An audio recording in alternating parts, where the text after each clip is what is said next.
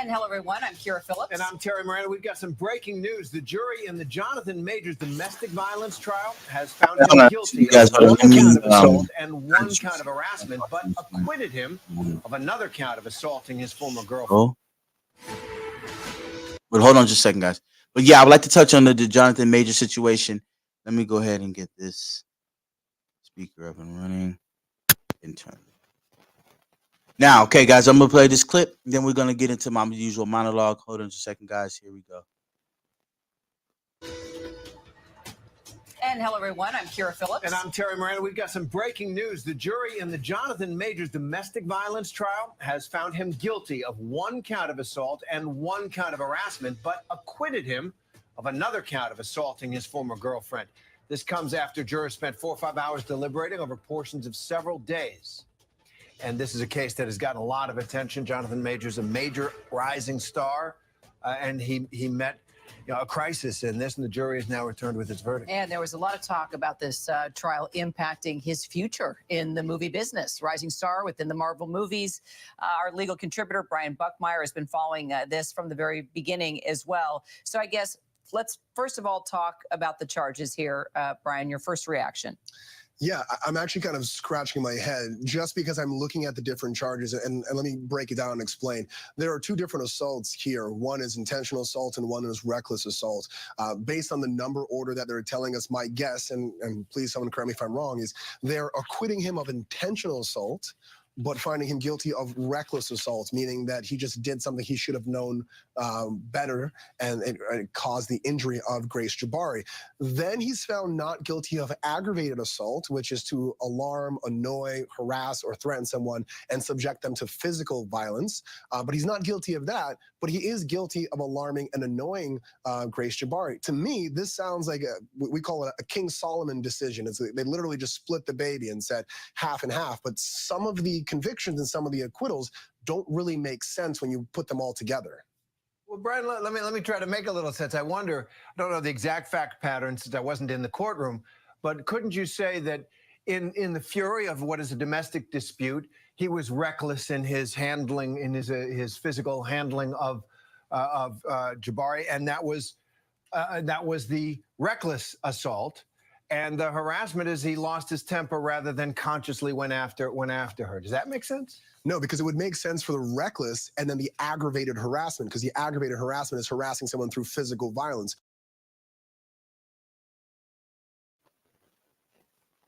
Okay, guys. Sorry about that.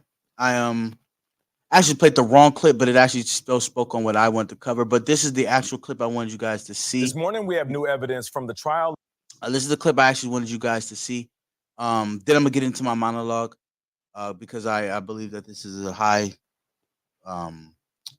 level of injustice, in my opinion. But here we go. I'm gonna let this clip play. Then we're gonna get into it. Roll that beautiful bean footage. Trial of actor Johnathan Majors. Majors has pleaded not guilty to assault and harassment charges. National correspondent Jerika Duncan shows us videos and voice recordings at the center of the case. I'm a great man, a great man. I am doing great things, not just for me, but for my culture. That is actually the position I'm in. In this audio clip from September of 2022, 34-year-old Johnathan Majors is heard accusing his ex-girlfriend, Grace Jabari, of being drunk and telling her who she needed to model herself after. Grace has to be in a certain mindset to support Coretta Scott King. You know who that is? That's Martin Luther King's wife. Michelle Obama, Barack Obama's wife.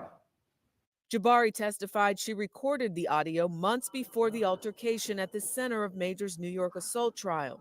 The audio, along with several pieces of evidence released Wednesday, includes surveillance video from the night of the alleged assault last March. Jabari testified in court that the argument began inside an SUV when she saw a text from another woman on Majors' phone and grabbed it from his hand.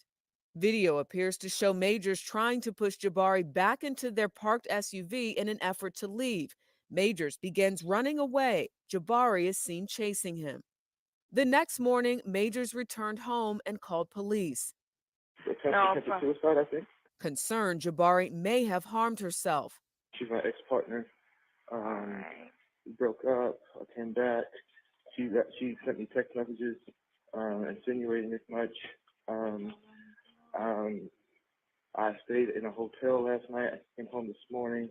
This police body camera shows officers as they encounter Jabari. She's on the floor and appears to be distraught. Police take pictures of a cut on the back of her ear and bruised finger.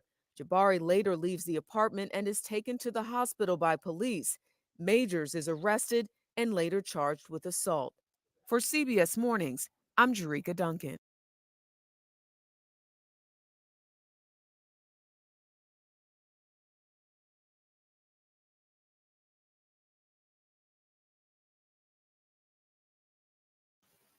Okay, ladies and gentlemen, let's get right into it.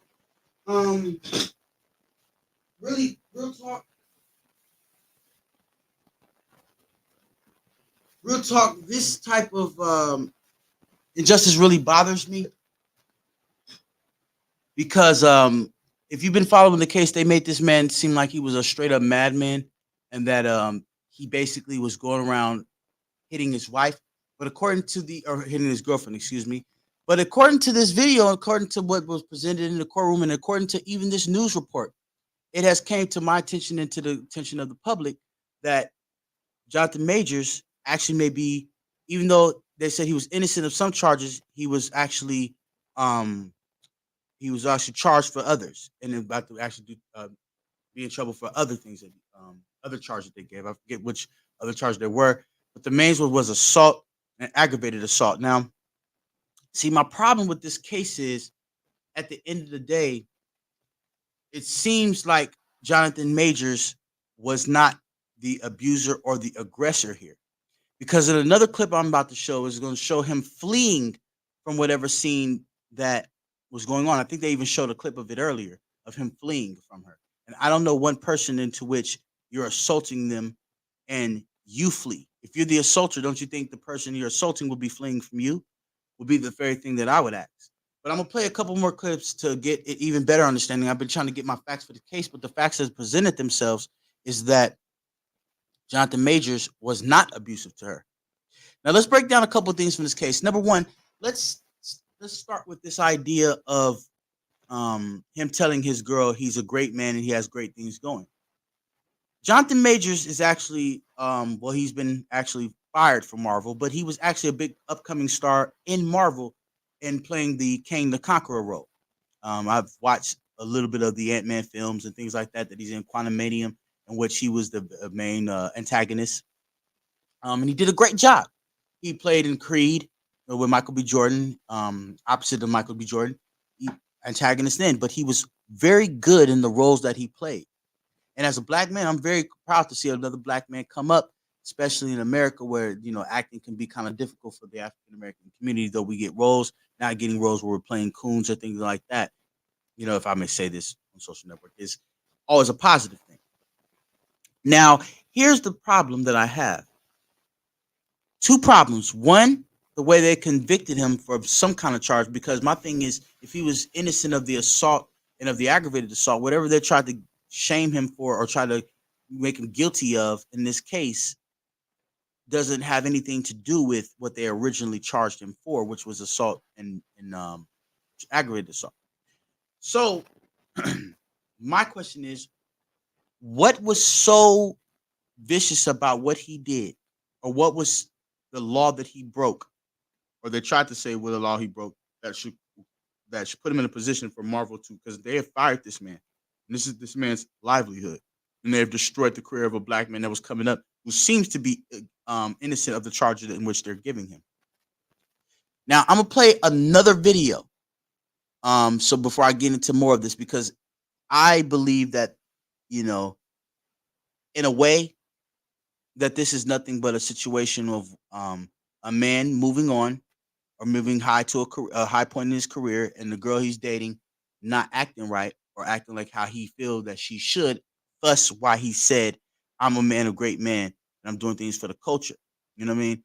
And then he told him, "You need to be a good woman, like how Coretta was to Dr. King and how Michelle was to Barack Obama," which I think is a fair assessment of the role of any woman who's actually being tied to the success of a great man, especially a great black man.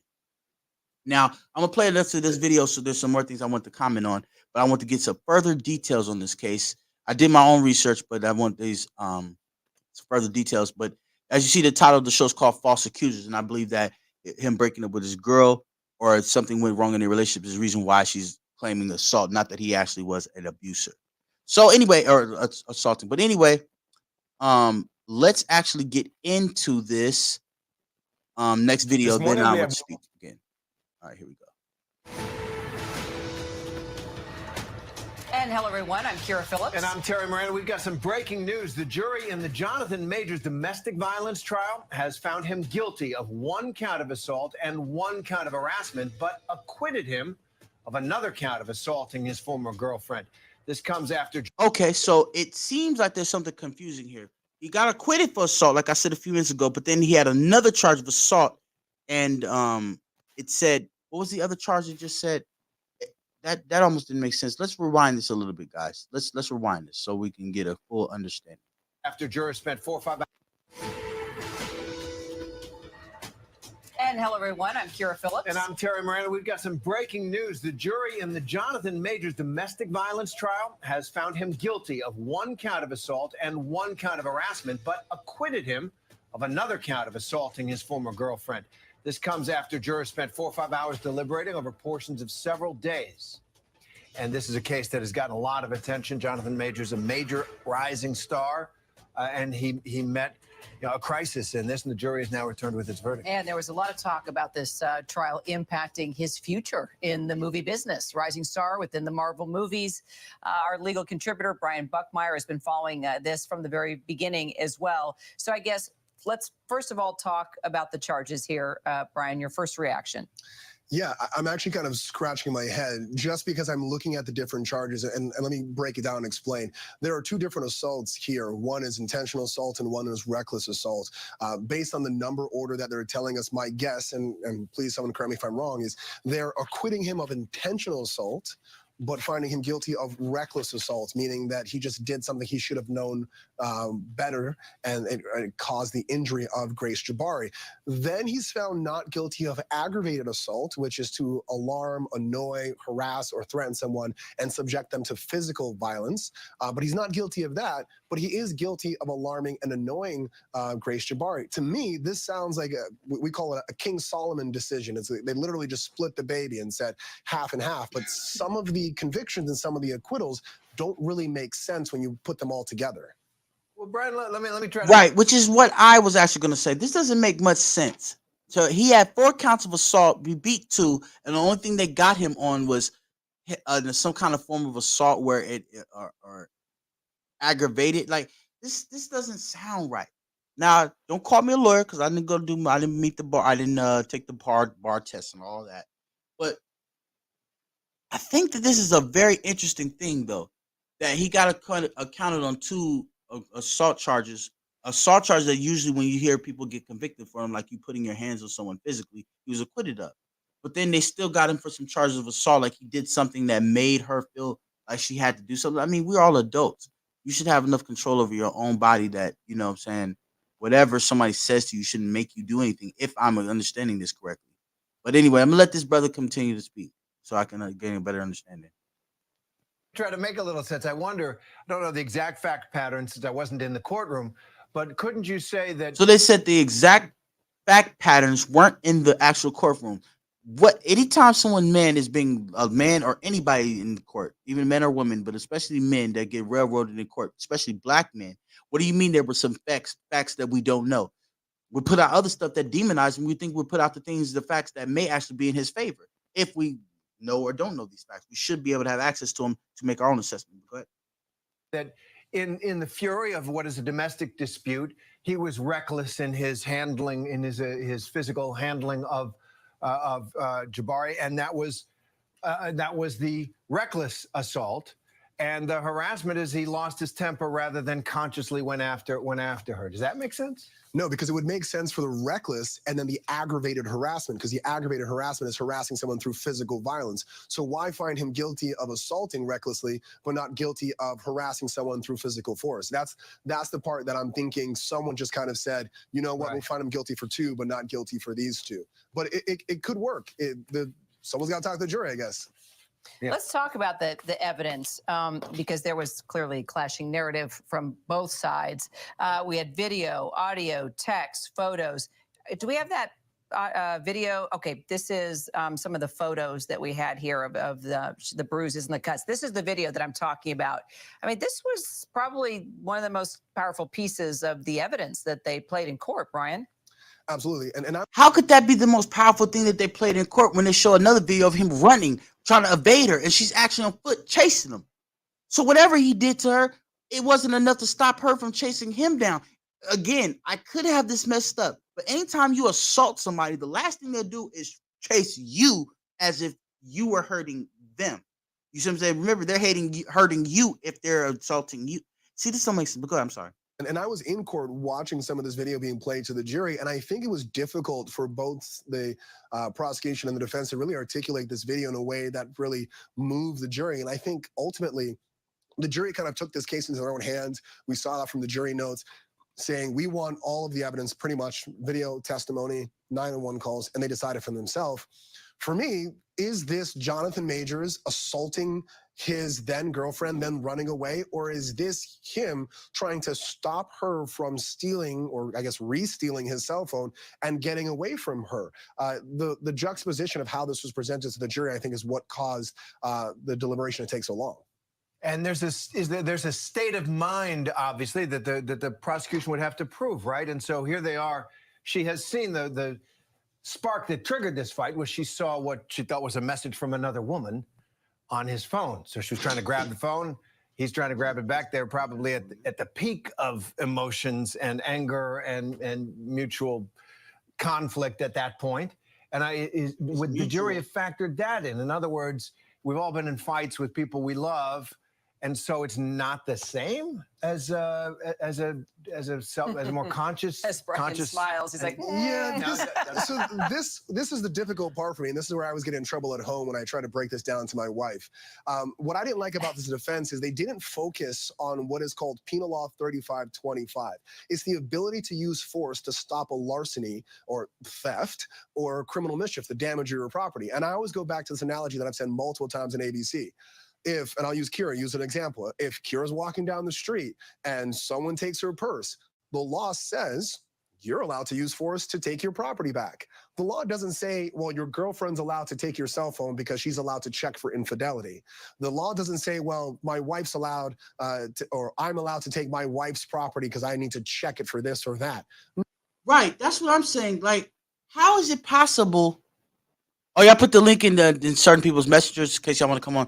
How is it possible that you can say, okay, it's assault for me getting my stuff back, but her taking my stuff, that's okay by law? That doesn't make any sense. But I'm gonna let this brother explain it a little bit more. Sorry about that, guys. Then I'm gonna get in my monologue. No. To me, this broke down to Grace Jabari stealing property and Johnathan Majors using force. Now, the question is it appropriate force to take back his property? But that seemed to be an argument that was missed completely in this trial. I'm not sure quite why. For the most part, they really focused on, can you believe that these injuries actually occurred in that vehicle, when Grace Jabari then went off drinking with these new friends that she saw, that she supposedly bumped into a wall, supposedly bounced her head off of the DJ booth, was smoking with a cigarette. Was her finger really broken? Was her ear really scratched? That's where this case Bounced her head off the wall. This doesn't sound right. Because if somebody bounced your head off the wall, especially if the man uses force, because Johnathan Majors is kind of a big dude, don't you think that would have actually caused her more bodily injury and probably knocked her unconscious? I don't know. But this just doesn't sound right to me. But, I'm not an attorney. But anyway, here we go. Case really focused. It didn't focus on, is any person justified of using force to take back their property? So Majors didn't testify in his own defense, right? That's correct. He did not testify in this case. So do you think that helped or hurt him? Hindsight's always 20/20. So you look at it now and you're like, maybe it hurt him. I think the difficulty in him testifying was that the evidence that came in was so strong that, for lack of a better term, this was a toxic relationship. This was a man who believed he was, as his own words, a great man, and that he needed a great woman similar to like that of Michelle Obama or Coretta Scott King, and through the prosecution's eyes or their lens was manipulating Grace Jabari to be someone else through verbal and emotional abuse, and that this crescendo of verbal and emotional. Wait a minute, time out. Hold on. Now I have to stop the video and go into my monologue. I tried to wait to the end, but now I have to start my monologue. First of all, I seen the clip in which he was speaking to Jabari, I think her name, whatever her name is. In the clip, he said, "I'm a great man destined to do great things." And it basically seemed, I'm paraphrasing a little bit, that he's saying, since I'm a great man and you my girl, remember, I always say this, a man's woman is usually the compliment of him. She compliments him. So if she looks bad, then he looks bad. You feel me? So it seems like he was telling her to get her stuff together, especially since I'm in the public light, as he is. As you see, he's having this court case, but yet she decides to be, I guess, continues on with her belligerence. And then he told her, you need to be a woman that is of great respects, like a Michelle Obama, Coretta Scott King, or Michelle Obama, which means they represented their husbands in positive ways. And this goes into another point in which I had was going on social network, and I've seen that. See, I'm a black man. Johnathan Majors is a black man, and I heard on social network, I've been seeing all the replies, I've been seeing all the conversations, and it seems like I hate to bring black women into this, but as I was going through social network, a lot of black women was saying, "This is what you get for dating a white woman. Y'all black men should know how white women do." All this other stuff that has nothing to do with the evidence of the case. The case literally is, this seems like this woman is either lying about being assaulted, or the jury is seeing her as a victim, and it doesn't look like she's a victim. And when Johnathan Majors was saying you need to act like Coretta Scott King or Michelle Obama, I believe he was just saying you need to ride for your husband, you feel me, and be respectful of your husband in these scenarios, because I'm a very important man within Hollywood.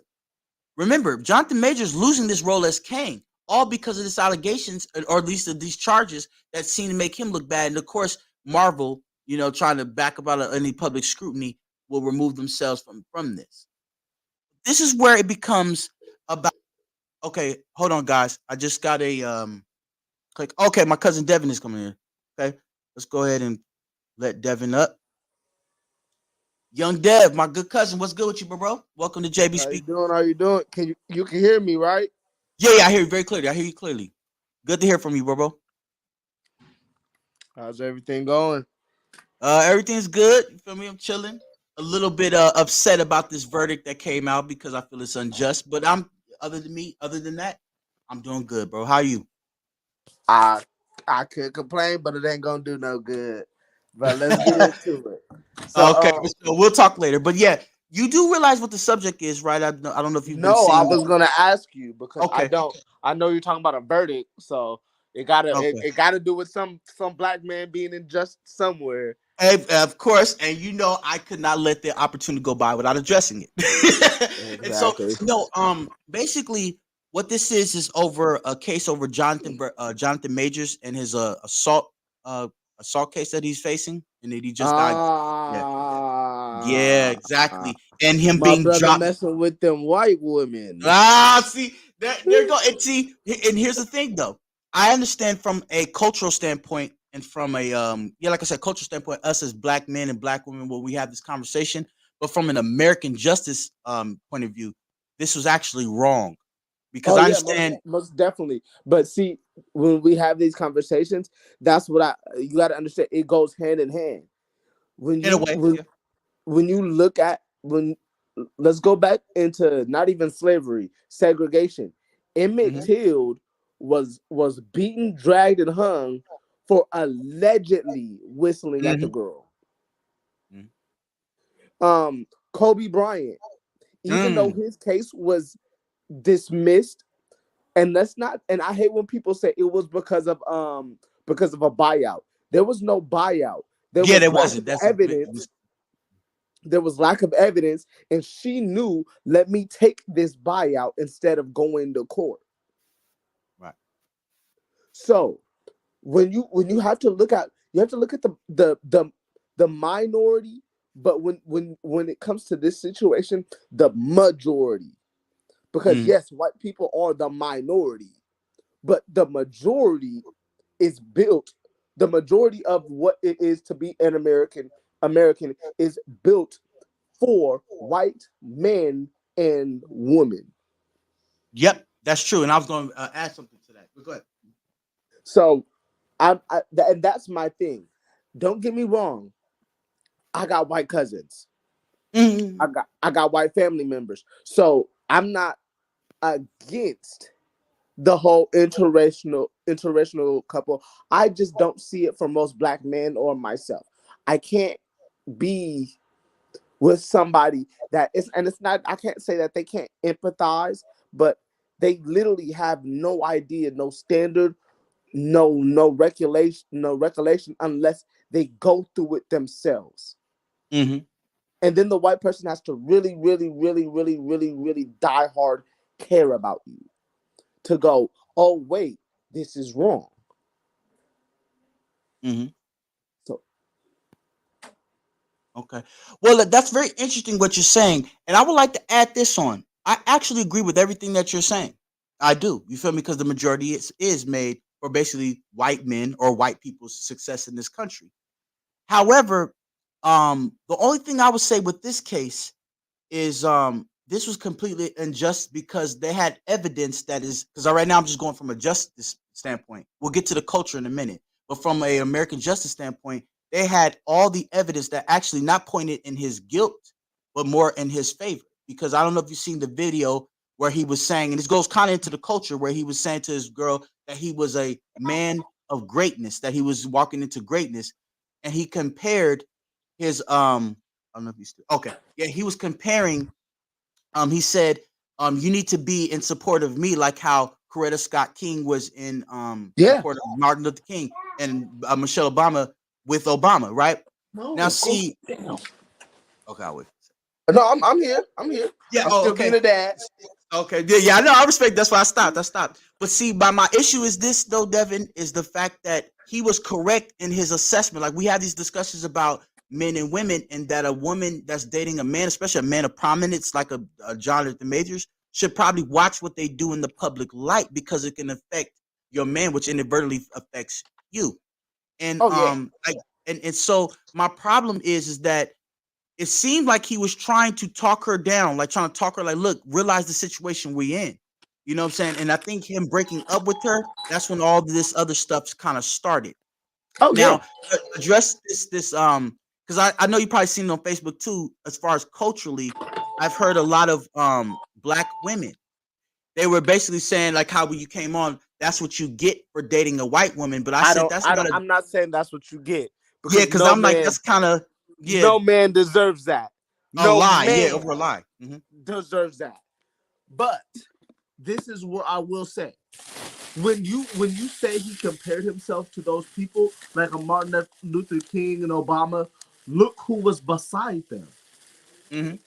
A strong, educated black woman. Absolutely. Now I don't care who gets offended because this your show. You gotta be politically correct. No, you Dev don't.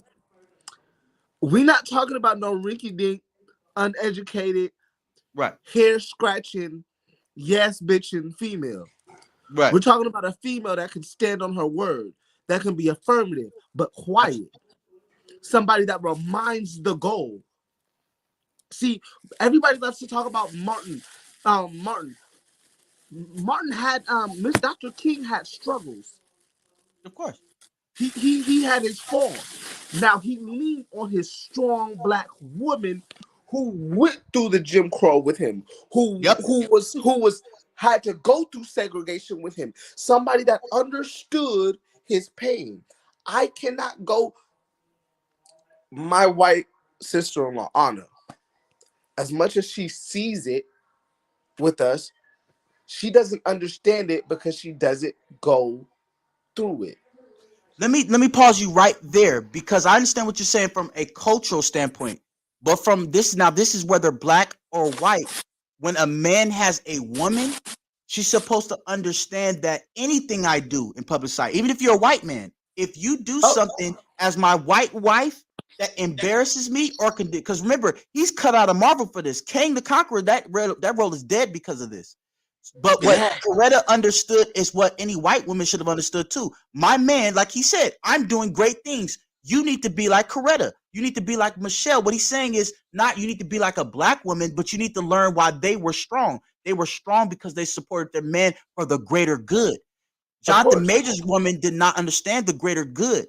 So whether he had a black woman or a white woman, but it still goes into standing and understanding what's going on and having the mindset of how can I put this the correct way, because it really just looks as if because for me, I've done a lot of looking into it, because even I thought when I first looked into it, what is that one black girl that he was being around after his white girl disappeared? Megan Good? Yes. Mm-hmm. It seemed as if when she came around, that's when it became a problem for her. Mm-hmm. So I don't think for her it was literally about let me be there for this man, but let me be there for this opportunity. That could very much be true too. Yeah.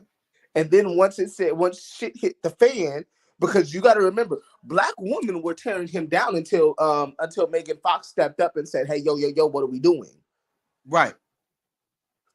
And you know what? Let me comment on that really quick, because right now, because I know all over Facebook, and really think about this, bro. All over Facebook and Instagram, all of them, they're saying this is what he got for dating a white woman. Mm-hmm. But think about it though.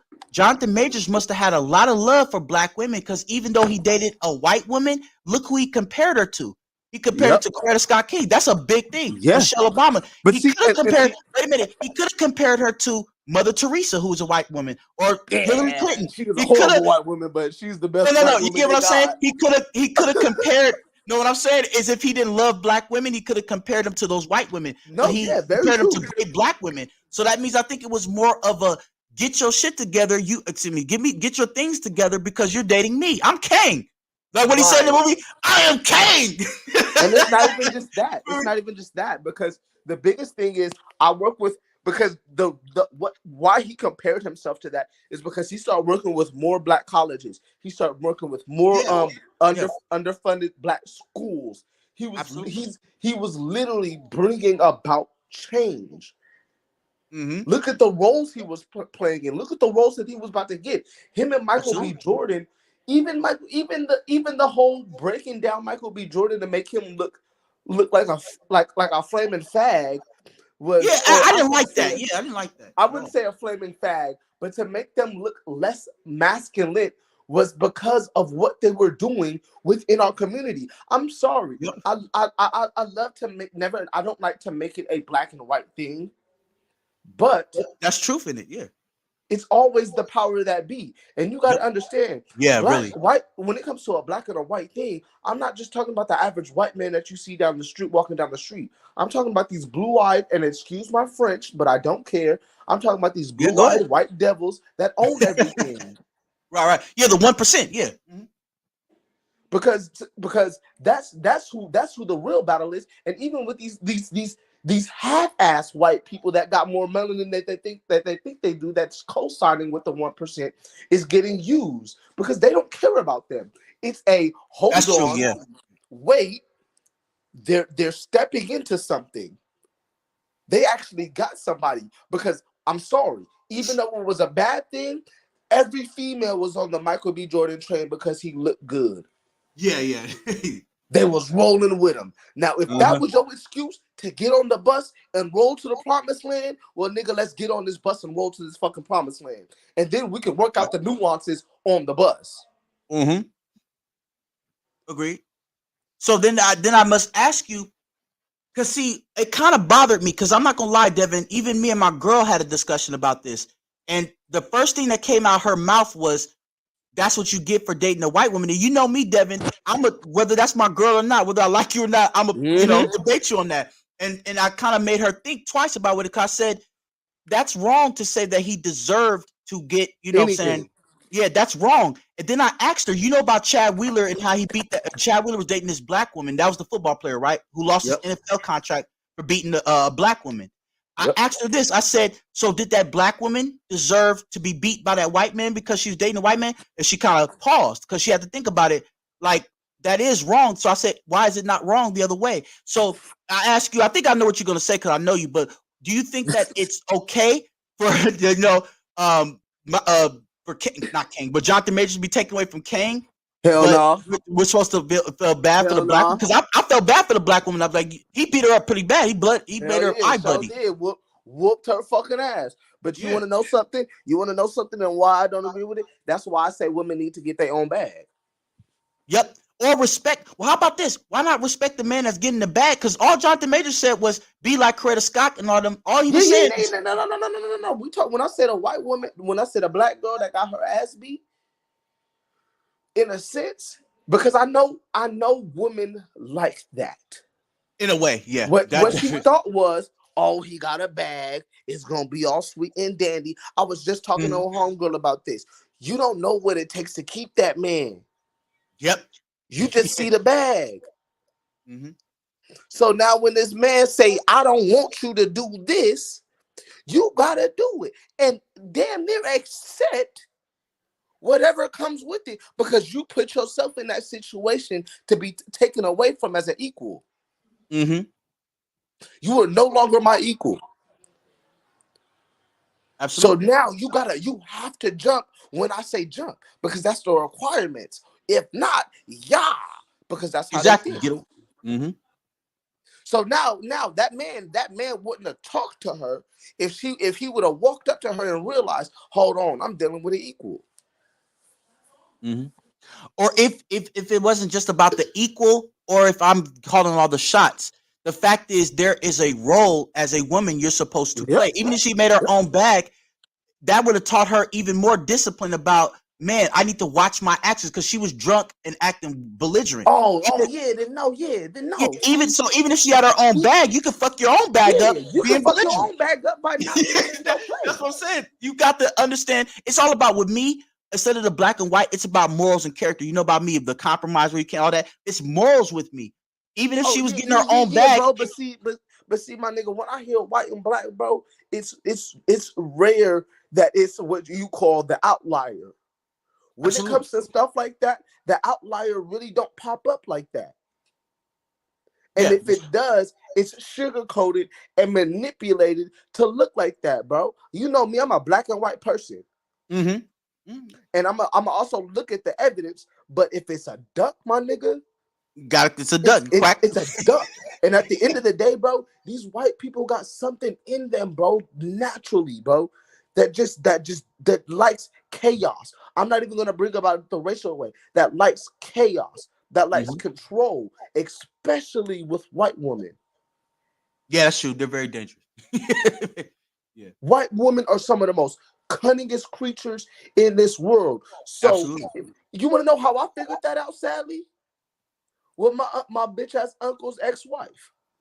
She acted more like her white mother than her black father, wanting to control everything, having to have the last say. If it wasn't her way, there was a tension. That's white people.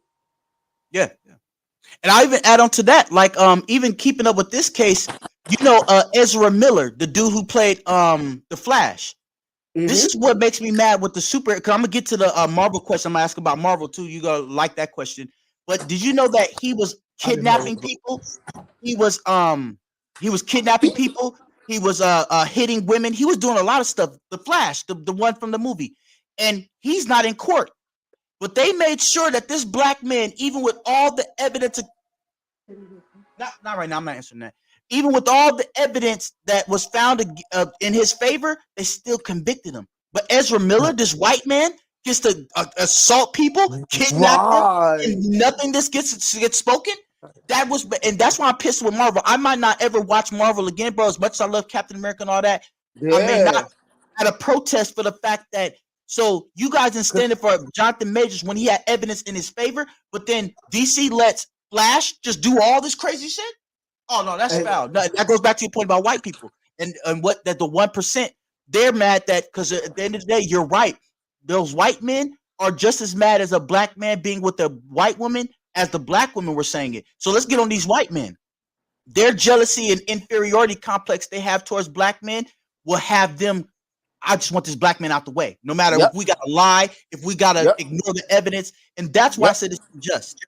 And that's why I'm doing this show, because we need to bring. Because I'm also good to the Tory Lnaez thing, because I know you probably heard about how there's now it came out that he didn't do it. You know, the driver finally got some balls. But we did knew that. Yeah, exactly. But I'm talking about the justice system. You see how they say, even with all the evidence, forget these brothers because they're black. Because that's what it is. You have to even Tory. You have to remember what Tory was doing, bro, on YouTube. Telling people you don't need these labels. Right. This is how I do it. So whenever a black man steps into a position to where he can empower his own people, boom, they come for him. Bro, you gotta it is crazy. It's interesting how God works, bro. It's really interesting how God works because I was just on Facebook.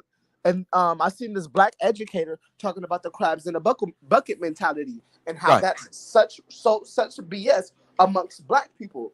And he was like, everybody has that. Everywhere it is a crab in a bucket mentality. But we are so trained to think that black people can never come together, even though we have the Tulsa Act in with the Tulsa bombing, Black Wall Street. What was that other that recent thing that happened in 2015 that them white people shot up? I think it was a school, an all-black school that was getting better test scores than everybody else. Oh yeah, I know the one you're talking about. Damn, what's that called? So it's like it's for everybody that's watching, anybody that's watching that's right now that has me as a friend on Facebook. What I'm talking about right now is literally on my Facebook. It's a good watch, it's a good listen, but it's a lie. It's a lie. Yeah, send it to me. That black people can't come together. We are one of the most collectively grouped people. Is just the moment we get the right leaders, boom, they get rid of them. Absolutely, no, I agree 100% what you're saying. And what bothers me about this whole conversation is now addressing us as black people. We have the information. We're in the age of technology. We need to stand up. I'm talking about at all costs, meaning we need to put us together, put our differences aside, watching these injustices and say, you know what? We need to actually come together. Like I know getting Bloods and Crips together and getting all the hoods together probably seems like a fantasy at this point. But if we really want to make change, we got to unite. Like, who remembers during the Rodney King riots, Bloods and Crips tied the red and the blue rag together and was drinking blue drink and drinking red drink to make a statement. We need to make that kind of statement now. We got to, like Johnathan Majors was right. He said that I am a man of greatness. Like, you know what I'm saying? Because he was. Like, right now he's blowing up. He was doing things for black colleges, all of that. And of course those white people didn't like it. But there's no way us as black people should sit back and let him I'm sorry. Oh, that's another thing. Bill Cosby, another accuser came out, and black people, we tuck our tails again. Nah, we need to go against these people, say, no, you're going to stop doing this to our leaders. We're going to get the evidence that presents their innocence. And when we find it, we as black people got to put our foot in these white people's ass. Because remember, we're Americans too. Black people think that white people have some superiority. That's because they have us trained to think. To be honest, bro, I ain't American. I'm what do you call us? Indigenous person. I can't be an American, bro. Black people, let's get out of that. Black people cannot be Americans. That's the same thing. Not be the slave and the slave master. It don't work like that. No. I'm saying when I say indigenous, let me give you my definition, just mine. Is that we built this? That's what indigenous, it means native to the land. That's what I mean by American. It's not even just We didn't even just build this country, bro. They didn't get all of us from Africa. We didn't. All of I us agree. came from Africa. It's probably a small percentage that came from Africa. You cannot tell me that they went over there and kidnapped a big continent of people and just brought them over here. None of them Africans came back to get us. Exactly. No, They didn't. You gonna tell me that none of them motherfuckers come back to get us? Nobody wanted their siblings back. That's a lie. We were already here. Exactly, and that's what they don't want us. That's what they don't want us to know. And so you're absolutely right. The Indians already over here. They We're enslaved us. Then they went across the globe because the black Moors. Let me air quote that for everybody that be on that bullshit. The black Moors were already traveling. So when they seen them, they already learned, oh, we can go to Africa. The only thing they took from Africans is the resources, the natural nutrients of Africa, and the rest of the Hebrews that was there. Because we was over there caught up in bondage too. Y'all don't want to be caught up? Give us them Negroes right there. We want them Negroes. And what people don't talk about with the slave trade, remember, it was a slave trade for a reason.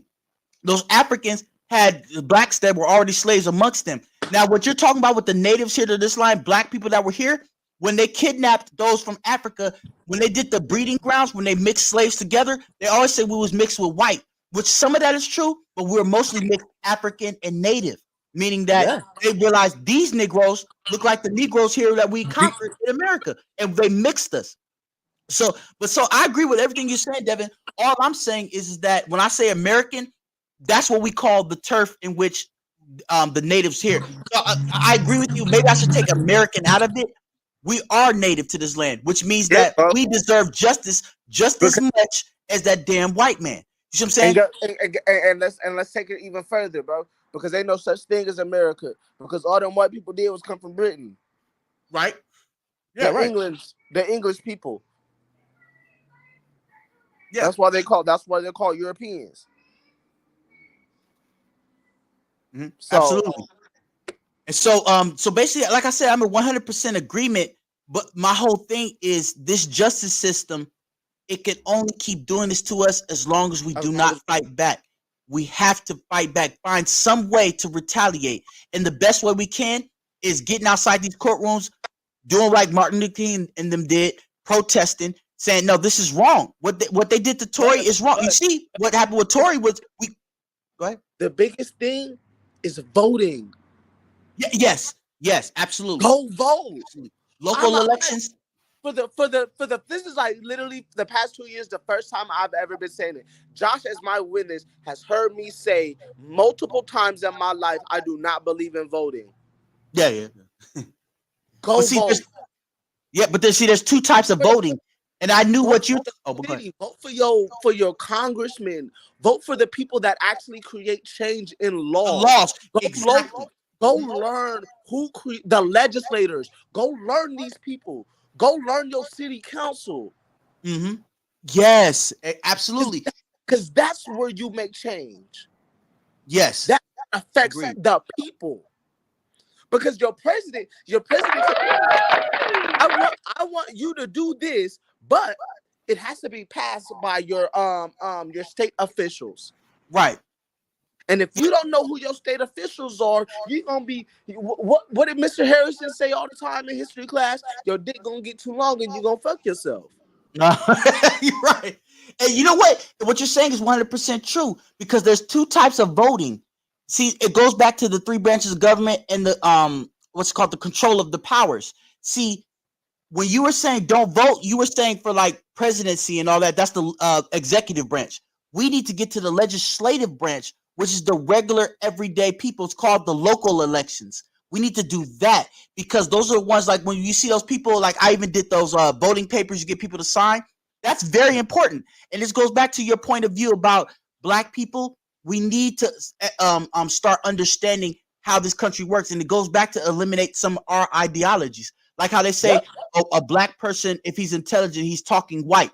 Fuck that. Excuse my language, auntie and uncles that's watching, forgive me. But fuck that. We need to get rid of that white people is intelligent, because with intelligence, that's how they beat us. We have to think more clearly. Fuck the big election with Trump and them. Let's start with our local elections, because you know what? People can argue with Dr. King all they want about his methods. His methods were addressing the local level of elections, which means the civil rights was based off of how we're treated from day to day in our cities.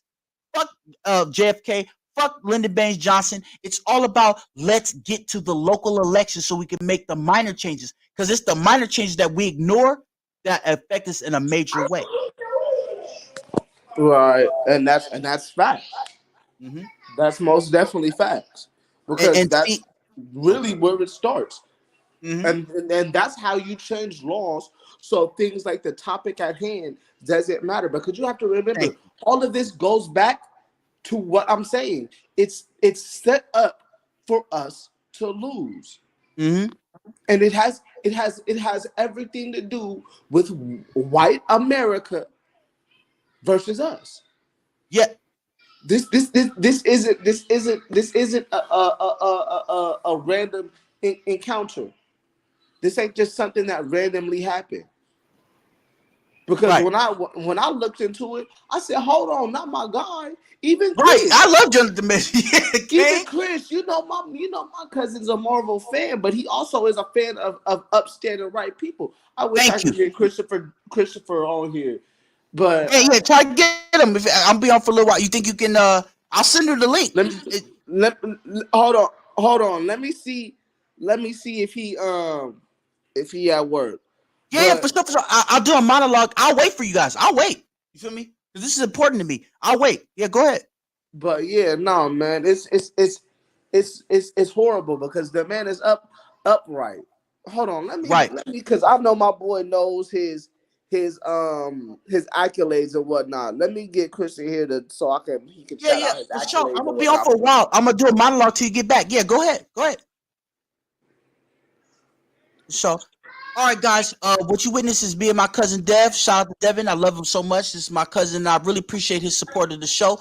But as you guys can hear, Devin is on the same page as I am. Righteousness and real justice. Now, see, it's wrong how black men are done in this country. The fact that Ezra Miller, a white man, can sit around and kidnap and assault people. Yeah, he's a Jew, and that plays a part in it. I'm sorry, let me not say Jew, but the small hat people, because I know YouTube and y'all might flag me for this. But anyway, we gotta tell the truth. I bring the promise to God. If I start this Jewish, yeah. I know you can get in trouble for social network for saying that, so I'm just playing their game. You know what I mean? I feel you, but let me help you out.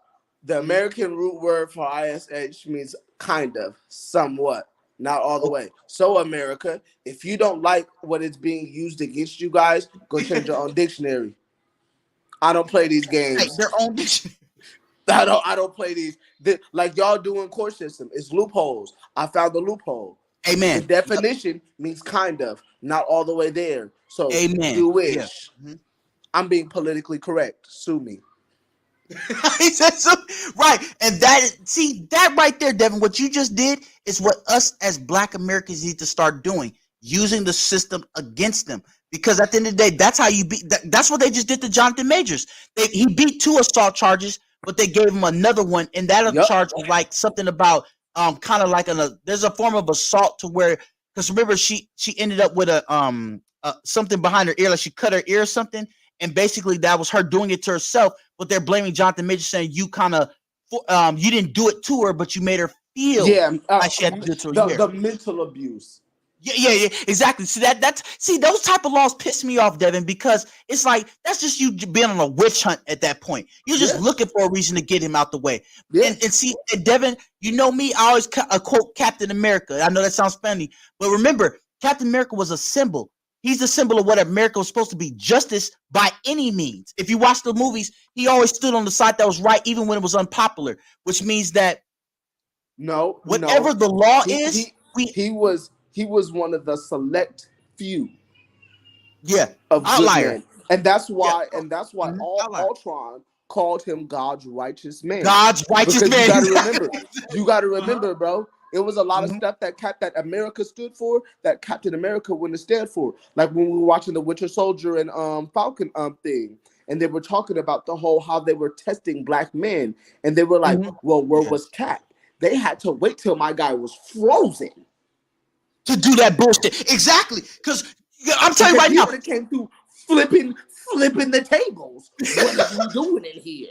Exactly. So you know what I'm talking about. See, because Captain, the way he was, he's one of those rare white men that I would have trusted him like a nigga. Because he would have went up in there, because the black one was called Isaiah Bradley. Bucky knew if I told Captain about this, Captain would have made it his personal business. His personal. The simple. He would have made his business. Like, we got to go get Isaiah. Because it's wrong, and that's what I love, and that's what I wish America was Steve Rogers. I wish America was him. If we had every white person like him, go ahead. But it can't be like that because once again, those blue-eyed white devils run the world. Yeah, I'm gonna call it about him. Steve was like, I don't care if I'm a blue-eyed white devil. I'm gonna be godly today. And Steve wasn't even a blue-eyed white devil. Yeah, he wasn't. He wasn't blue-eyed. At all. The man had brown eyes. He grew up in Brooklyn with the niggas. Bro, come on, man. He put Falcon on. He said, because remember when Captain America got in trouble, who was the first one he went to? He didn't give a fuck about his color. Excuse me, auntie, uncles. But he didn't give a care about his color. He said, I need help. Falcon is the only one righteous, like me. Let me go over there to talk to him. I wish I wish there was white people like Steve Rogers. You feel me? Because he didn't care about your color. He cared about what was white. Is the fact that when white people, but black people don't talk about it enough.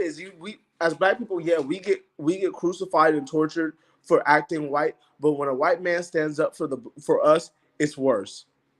You have to it's remember worse for them. There were people. Oh, thank you, baby. There were people that were tortured, killed in front of their families, and all of that for helping Harriet Tubman. Yeah, right. They were called the abolitionists. I always respect the abolitionists. Those were white people who said, nah, enslaving white people, black people, that's wrong. And I respect them because not a lot of those were American people. A lot of them were Irish, right, from Boston, Italian. Italian. But see, over time, I can't really talk for the Italians because over time, when the mob came in, they did a lot of that. Yeah, they did. You're right. You're right. You're 120% right. Yeah, you're right. You're absolutely, because I did do some research on that. They were with Negroes, and then they ended up working Negroes in a way. You're right. My bad. Go ahead. You're absolutely right. Because the Monahan report says that. But we're gonna stay where. Go ahead. I'm listening. There are white people that help, but you have to understand, our forefathers told us not to do exactly what we did, and that's what keeps these people in power. That's why people like Jesse Jackson and Al Sharpton and fucking, I don't care who feels any way about who I'm finna name, T.D. Jakes. Yeah, That is why people like fools like him. People that tell us we're going forward but are walking us backwards. Yep. We can't have a leader because of stuff like that, of who they elected. We didn't elect these people. They elected them. That's why when injustice like this happens, nobody stands up. Absolutely. Malcolm X would have jumped at this. Yep. Martin Luther King would have jumped that fence. And everybody else in there can, because you got to remember the Black Panther Party. You got to remember and understand when they kill off a powerful black man, they just don't stop with him, because bloodline and legacy is a real thing. When you're called for something, it just don't stop with you. It stops with your lineage. Yeah, exactly. Like, let me pause you right there. Like, I'm about to mention Tupac Shakur. Do you know, forget him, his dad, his stepdad, Matulu, was the head of that Black Panther shit. That's why people feel like white people may have killed Pac rather than the gamers. That, I know that's a whole nother topic, but this is why that. No, it's the same topic. Exactly. Because they're not killing us anymore because they can't kill us. But what is the worst thing besides killing you? Assassinating your character. Exactly. If I can assassinate your character and make you look horrible to your own people, Yep, you've won. As a matter of fact, bro, that's what I was saying with let me finish with Bill Cosby. Now, see, people say, "Oh, Bill Cosby did this, that." Before the pill shit, bro, do you understand? Bill Cosby sent several black men and black women to college on his own dime. He bought colleges, just so black people could go. But if we He was bring up the also time, he was also in the what made them do this is because he was going to buy a CBS, bro. ABC, I mean NBC, Yeah, right? ABC. Yep. See, you He was already know the truth. buying ABC. So what they had to do first, nobody talks about this. They Kanye, my nigga, before Kanye. They froze his accounts. They stripped him from his publishing. They stripped him from his doctorate degree. So Yep, now you yeah, have nothing right. to fall back on when we take everything from you. Yeah. Bro, like, come on, my man. And what did black people do? That's why I love Kendrick Lamar, because Kendrick Lamar is one of the only civil justice activists that we have that doesn't deal with us, because he understands with that song, when shit hits the fan, are you still a fan? Right. He said, if the government wants me dead, put cocaines in my car, are you gonna love me as K. Lamar, or are you gonna look at me as a drug head? Right.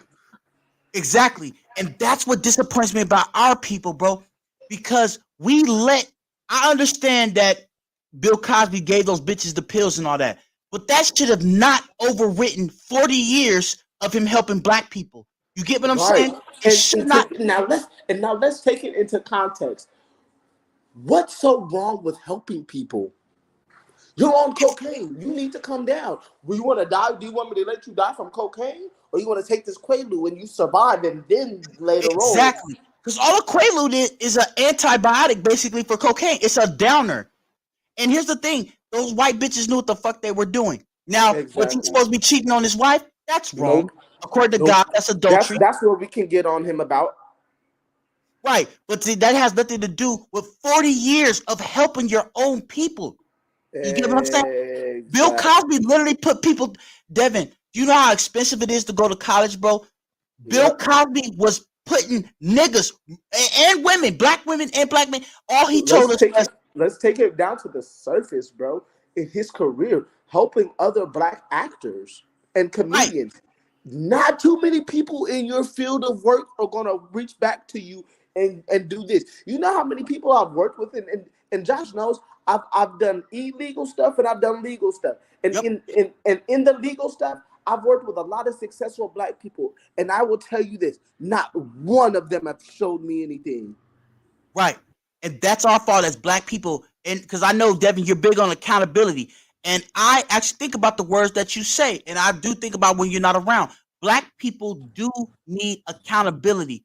In these times where Bill Cosby, Tory, Johnathan Majors, it's up to us to stand for these brothers, like how they stood back in the day. Like people disagree with Martin Luther King. People disagree with what he did.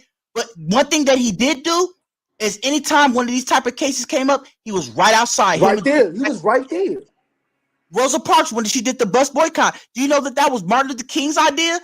At first, she was like, yeah, it's fucked up. But then he was like, no, we need to bring attention to this. So we need to follow Martin's philosophy. Let's bring attention to this. That's why I started the speakeasy. Because you know, in the speakeasy back in the day, it was a place where people had these type of discussions because if at bars and stuff, black bars, because they would be, you know, killed or whatever. But we need to do that today to where we gather. It shouldn't just be Josh Brown doing these type of podcasts. It should be a Devin or a Patrick or a Mark, or everybody needs to get a podcast. And what I'm saying is just everybody needs a podcast. What I'm saying, that's all I'm saying, is that black men need to get together and say, no, we won't let any of us be crucified in this system no longer.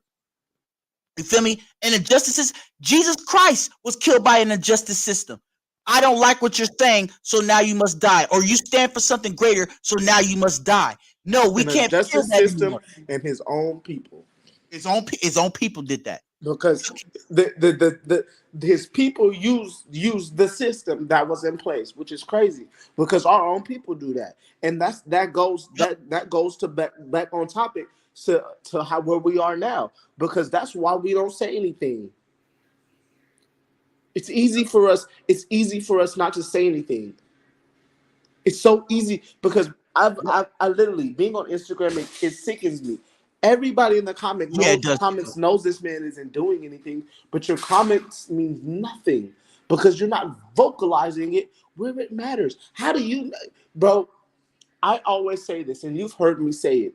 If you don't say anything when somebody's speaking ill of me and you're around, you You're agree part of with the them, problem, right? I agree, 100%. and you're a part of the problem. So don't be chippering when it's from the safety of your phone. Right. You Absolutely. need to say something when it matters. Nah, this shit is wrong. This shit now all you the see, way wrong. right, and now you Stop see what skipping happens. jury duty. Black people,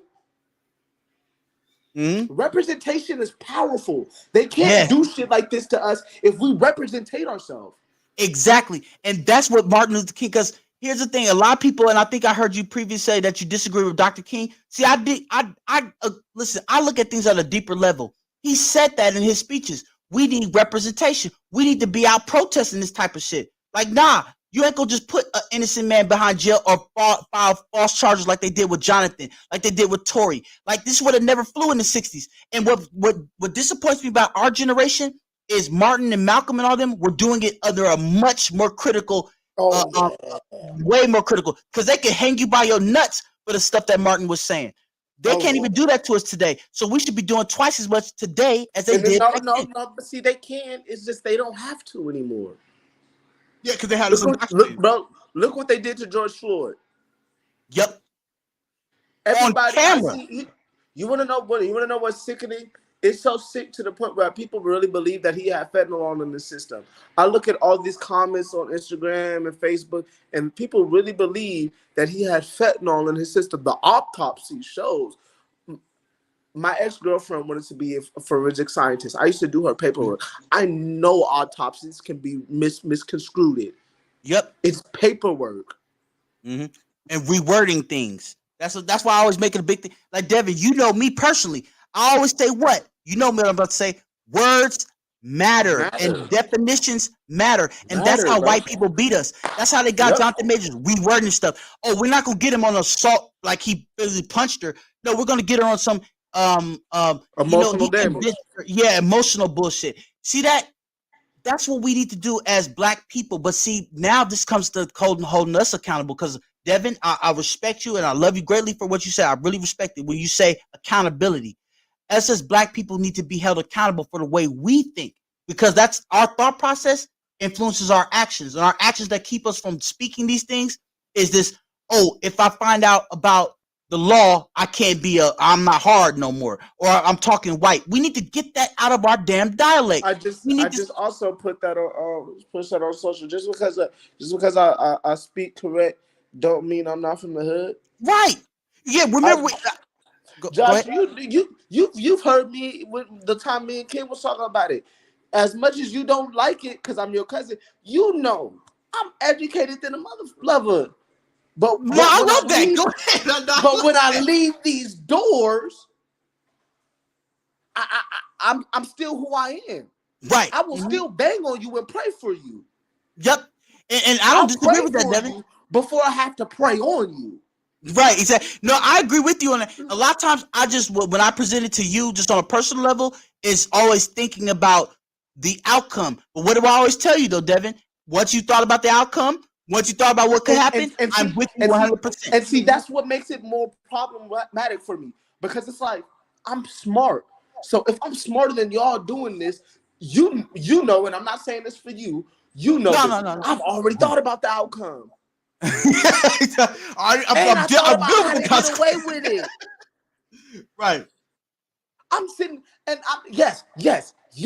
I'm sitting here by the grace of God, but it's not that God intervened. I'm sitting here because I'm the grace of God, because I used what God already gave to me, my noodle.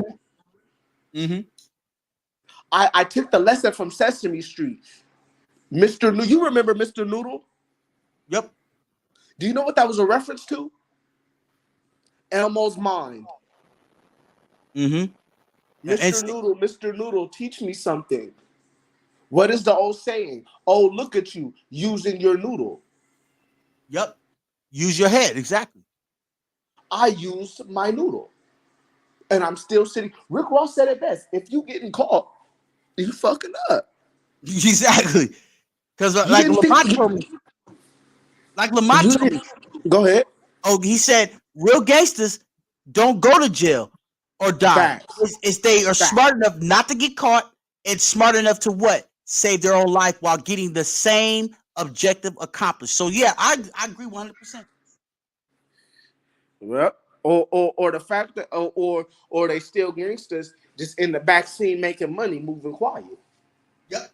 And see, in this type of thought process we're having, Devin, I wish that because there's gonna be people that because anybody that's not watching me live, a lot of people watch me on something called the playback, meaning that they were probably at work or something like that. Yeah. But a lot of people, I want them to and anybody who's listening, if you're watching on the playback, this is what us as Black people need to do. Devin, I have to say this. What me and my cousin Devin, what you guys are hearing is what us as Black people need to do. Now, I'm not Martin, I'm not Malcolm, I'm not Medgar Evers. But one thing I want to do is continue on the thought process of we can start an idea, but we need the people to push the idea. You get what I'm saying? We need people that will push this idea of you can be from the hood. Like Devin, now I'm talking to you. Devin, I remember I sent that video to you, the dude talking about, yeah, I watch anime, woo, but guess what? I'll still put a bullet in you fast. Well, he didn't say it like that, but you get what I'm saying? Because at the end of the day, what we watch, what we're entertained by has nothing to do with exactly what my actions will do once my thoughts are behind it. You get what I'm saying? No, you're right. You're absolutely right.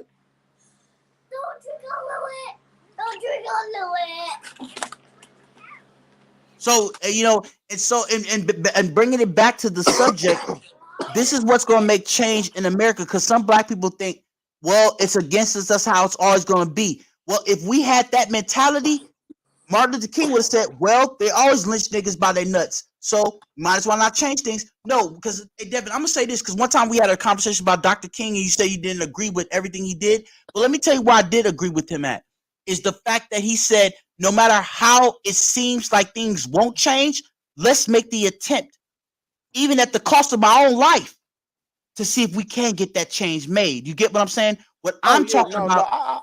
I love his teaching. I just don't agree with a lot of his approaches. I don't agree with the whole turning the cheek and a lot of stuff. And that's just only because a lot of what he let me from the Bible was wrong. Right. Because yes, I'm gonna give you my other cheek, but I'm also defend myself. And yes, I know that's what they taught us because Martin Luther King did defend himself. He stood up. I remember plenty of moments. Yeah, well, he stood up. Yeah, because think about it, bro. They bombed this man's house with his kids inside, which means that he didn't take that lightly. And people mistake that scripture, turn the other cheek. God has a wrath, just like he has his mercy. It depends on the person you are and if you're willing to repent. Now, one thing I would like to bring about Dr. King, let me finish this statement, though. Dr. King was a genius. He was a doctor with a PhD with psychology, right? Yep. Here's the psychology. I work at the Hat. I know something about white people most men don't know, Black people don't know. When white people love a restaurant, they love it like they love their own kid. Let me explain. When Dr. King said, let's do a protest outside of this man's establishment, I think I told you this before, to where just the sight of a Black person to a white person in front of their favorite establishment will kill their appetite. What has he really killed? He's killed that man at the establishment. He killed their way to make money because that person is so disgusted by their own hatred, their own foolish hatred, that they said, my stomach turns, I'm not hungry no more. Guess what? That man just lost money, which means that's more efficient than putting his hands on somebody. And it's what I told you with Pegasus from that card game I'm not going to mention the name of. Yu-Gi-Oh! Exactly. You know what I'm saying? What did Pegasus tell Kaiba? He said, Kaiba, with all of your technological adventures, you've yet to still realize that violence isn't the only way to inflict damage upon your opponent. For a man's spirit can be broken in much simpler ways. Think about it, bro. That is genius of him because he took Mokuba and took his soul away. He said, you can hit me all you want, but your brother's soul is mine. So Dr. King said, these white people's soul is mine. If you can beat me up all you want, but you didn't make money. I always tell niggas this. Let me finish the statement. I always tell people, Black people, we're culturally different than white people. If you want to beat up a Black person, we fight like pit bulls. We bark and yowl and tear each other up. But if you want to bite a white person, you attack their money and they want you dead. My example, Dr. King, Medgar Evers. They affected these niggas' money. Yep. So we got to fight. So I'm not against putting our hands on people, but if we're gonna put our hands on people, let that be the reinforcement to us doing damage to them, like Pegasus said, in a much simpler yet deadly way. But go ahead. Oh yeah. Oh yeah. Oh yeah. And it's like how you used to, it's discernment. It's all about knowing when and when not to. But nah, man, I didn't. But back, let's get back to topic. So not Johnathan Majors, right? I didn't know that they I knew the last thing I knew was they found him innocent, and so Yeah, this they is found him new. innocent of 2 other charges, but then they got him on 2 other charges, but they were related to the same type of charge, which is assault. But go ahead. Yeah, and so and that just means, and with that with an assault thing, that just means the woman herself was seeking to press charges. So Yeah. It's always going to be a comeuppance. There's always going to be some type of comeuppance, and you can't. I'm not going to negate the fact that and it's not even at this point. Ain't even a race. No, you know what I'm doing. Don't make me embarrass you, little boy. Go sit down and get your tablet.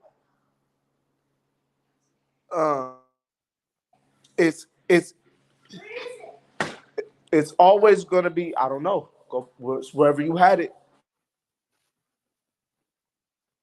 A woman thing. It's you can't, and it always has. It goes back to the correct way of dating. You have to know the person, especially when. Hold on, my brother. Yeah, I've been. She's cool. Okay. Guess what? And guys, what my cousin Devin has said is 100% correct.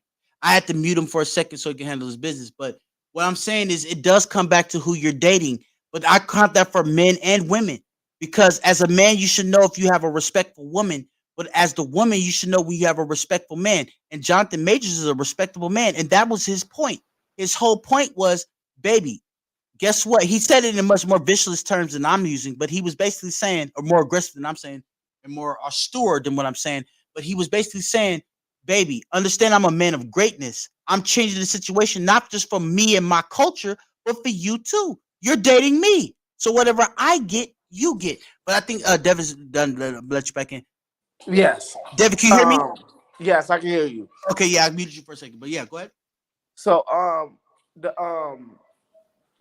what I was saying is it goes back to really dating and dating with the right intentions, my man. You have to know the person you're with, especially when you're somebody of importance. You can't just be putting your little swinger thing and your time into anything, because look at a lot of how these athletes get caught up. Brittany, what's that bitch name? Brittany Renner. Yeah. Yep. Literally, intentionally is out here trapping men, trapping these niggas. Yeah. And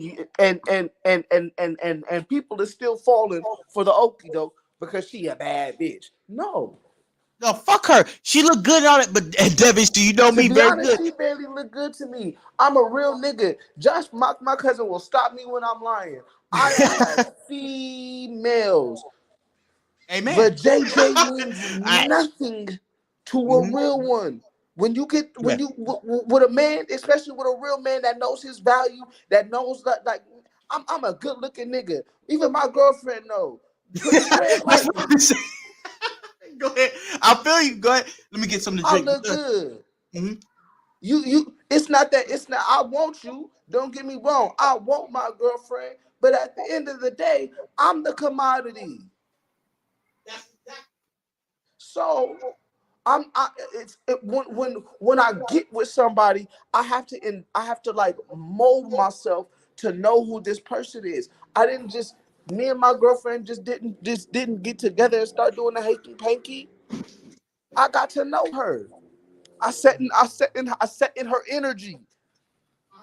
I set in her aura for a little bit to get to know who she was, so I know who I was dealing with. Am I wasting my time? Is she just somebody that want a bag? Is she want somebody that want to be on my arm? Cause especially when you a real one, when you really got it like that, they're gonna want to be on you as the look who I got, look who I'm rolling with. So you especially as a man of importance, you gotta know who's on your team, bro. And you can't just be dating as a bad bitch because especially with any female, when you dealing with a bad bitch, to my point was a nigga that really get females, a high body count will make a bitch look ugly to you. Exactly. Which is why, Devin, a lot of times we have conversations. Like when I spoke, I was always speaking from the point of view of a man that had it. You see what I'm saying? I Niggas know. didn't give a fuck I about it. You know. feel me? Exactly. Like right now, like my girlfriend don't watch this playback. She's one of my number one supporters, but I still believe in the fact of what you said. A man should know the partner he's with. And I believe Johnathan Majors knew that, but I guess it's also the flaw of what I also believe too, bro. Sometimes I know people wear masks. See, me and you, we're very upfront people. We're outliers. You see what I'm saying? So we speak up front. Like I let my girl know exactly what I do, how I feel, how I think. She respects it. But then there's some women who wear masks. What do you suggest as a man? This is in your opinion. What do you do for a man who thinks he has a good girl, but she's wearing a mask? Well, How do we honestly, face bro, the mask? to BG, I can't speak for everybody because I practice different things. What I practice, and I know you're gonna agree with me. You probably gonna jump when I say it. You can't fool me because I'm more into my spirit than I am my flesh. Bingo. So the moment my spirit starts feeling funny, I'm gonna act accordingly. What's going on? It's called feng shui. It don't just go into your house. That's an everyday everything practice. I know when my son ain't feeling too good simply off the grunts he makes. Oh, something's wrong with you. My girl can look at me a certain way. What's wrong with you? And don't lie to me because I feel it. See, I respect that. So every time I remember, I used to what made me really get it is I had an ex. You know. You don't have to. Yeah, I got you. Yeah. I was sitting there ignoring what God was saying to me because God will speak to you. Hey, Amen. Bro, you got your lesson. What you're feeling is correct. Okay, we're gonna go from feeling to let me show you something. Oh, you didn't get what I showed you? Let me put you through some more things. And if you're not one of them people that's really gonna be in your gut, like and know your spirit, know yourself, be in tune with your spirit, then you're not gonna peep those things. I believe in women's intuition half-ass. No, I get exactly what you're saying. Depends on the woman. Always, and how in tune she is with herself. Like when my mama did it. Right. And the only reason I knew it was my mama had it is because when women say that it's about their men, my mama said it and it was about her child.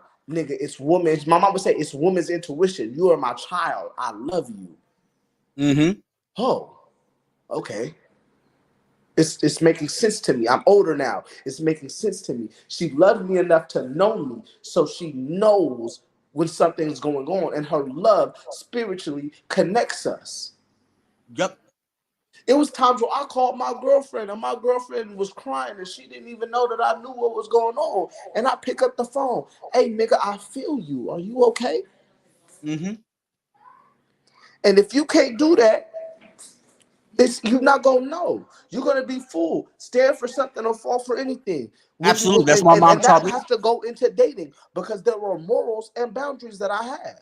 I tell my girl something, and the way that I say it, she know I'm standing on business. If I say it another way, she knows that that's half-assed, and I can manipulate that to do what I want.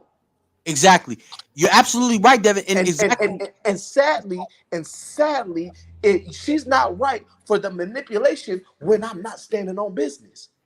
Because I ain't standing on business. So to be honest, with a real female, it's insulting to her for me to come to her and not be standing on business. Right. So let me ask you this then. In Johnathan Majors' case, he sounded like he was standing on business. Now, do you think that there's a difference between standing on business and then enforcing standing on business? You think those are two different things? No. Standing on business is the enforcement of standing on business. Okay, I see what you're saying. If I'm standing 10 toes down on business, come on now. Yeah, no, I know you're doing this You for the heard me people. say this analogy. Women are like pit bulls. You want to know why I say that? Because black women are like aggressive pit bulls. You want to know what's more dangerous than a pit bull? Is a black. No, a golden retriever. Mm. You want to know why? Golden retrievers. You remember Air Bud? Yep. Air Bud is a real thing. You can teach a golden retriever anything. Golden retrievers are adaptable. Golden retrievers are cunning. Because they always seem like they want to play with you. Hey, play with me. Play with me. Come here. I got you. Golden retrievers will sit there and watch you pace back and forth. Sometimes you don't notice a golden retriever. What does that sound like to you? White women.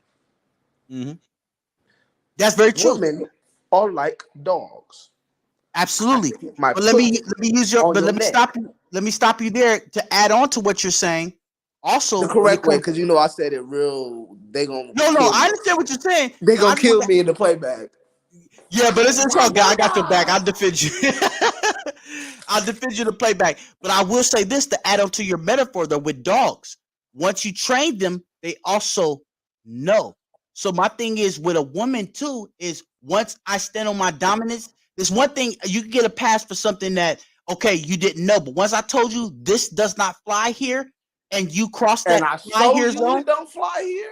Your ass gotta go. And my point is, I think that's where Johnathan Majors he tried to kick her to the curb too late. You feel me? Because he tried to talk too much. Sometimes you gotta give a woman that first time. Because the video in the news was that he kept on trying to get her to act right. But no, if I have to tell you one too many times, I'm gonna take it from one element to another, and it ties in together. This is exactly why P&B Rock is dead. Yep. Baby, I told you to stop getting on live. I told you to stop putting on whereabouts on where we are. I'm an artist. We go to the hood. You like this lifestyle. So you want to be, bro, look, bro, we're on Manchester and Maine, bro. Danger. Us from California don't just go there like that. Oh, God. I know better than to go to that. See, bro, and then this nigga's a fool with all his chains on and stuff, but you have a liability in your girlfriend who wants to take a picture of some food and post a location. That's dumb. You want to know what that sound like to me as an LA nigga? A setup, bitch. Yep. Exactly. But let's say she's not on that. Where he loses is the first time that happens, and niggas, and you got lucky to be leaving the spot these niggas came to get you at. Yep. It could got you way before, yeah. So God blessed you. God, and he said, okay, you don't want to kick her to the curb. Let me bring you on home so you can get it now. Yep, because sometimes God will teach you a lesson in death. We saw that even in Minister Society where Cain learned his lesson at the end. But now it's too late. You heard what he said at the end. Exactly, because God will give you multiple chances. So that's right what you're saying, because I'm pretty sure there's been multiple incidences where he told her, look, stop posting where we are. You see what I'm saying? Every time in the hood, somebody ran up on P&P Rock. Who was behind it? His girlfriend posting a location. And these niggas is in LA, bro. People don't understand LA politics and shit is different. Thank you. The politics is way different. It's different. Hoover has, there's two sets of Hoovers. Hoover gangsters and Hoover Crips. And mostly that's how Pop Smoke got killed. Posting his location, accidentally posting a piece of mail. The Hoovers getting into it, and now we on a lick. Right. But now let me ask you this though, Devin. Let me ask you this. Now, because I do believe in holding men accountable, because that by nature was stupid. You're going to a whole other state in a whole other hood. So and that's what I'm saying, and that's where it ties back. Because he wasn't standing on business. Bro, not even me. If you're a celebrity, bro, when you make it, if she don't get it the first time, and I see, because I'm a part of your team, I'm gonna be close. I'm gonna be so close to you, I can breathe on the bitch. So because my next thing did that, and you wouldn't have came, and you would have did that the moment we would have came home on tour. How you would have figured out that she was being moved out of your place was us pulling up with me there, telling you while we get into the driveway, yes, I'm kicking her out, bro. Yep. And I will trust your judgment. Because the next thing I was gonna say is, at the end of the day, when do you think? Because as a man, you should have knew better. But as a woman, when should you take something? Right now, I want them to understand because Bro, women don't take nothing the serious. correlation. Women don't take nothing, and I say that because I love my girlfriend. I love my girlfriend, but I tell her that all the time. You ain't gonna figure out that shit is greasy until you gotta figure out, and it's me that's paying for it. Right, because my thing is this, Devin. I'm gonna say this: the correlation between PNG Rock and Johnathan Majors is, I look at the women they were with.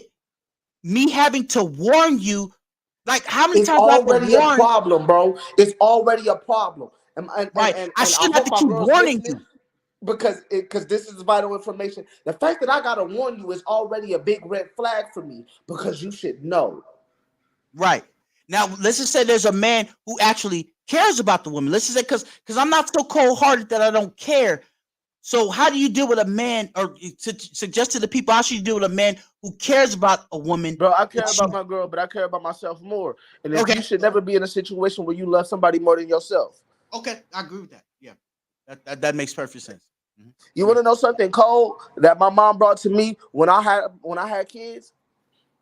Before the whole camera situation, she had to tell me, Dad, if something were to happen with a plane, who do you take care of first? My son. Quick response. Yeah. My son.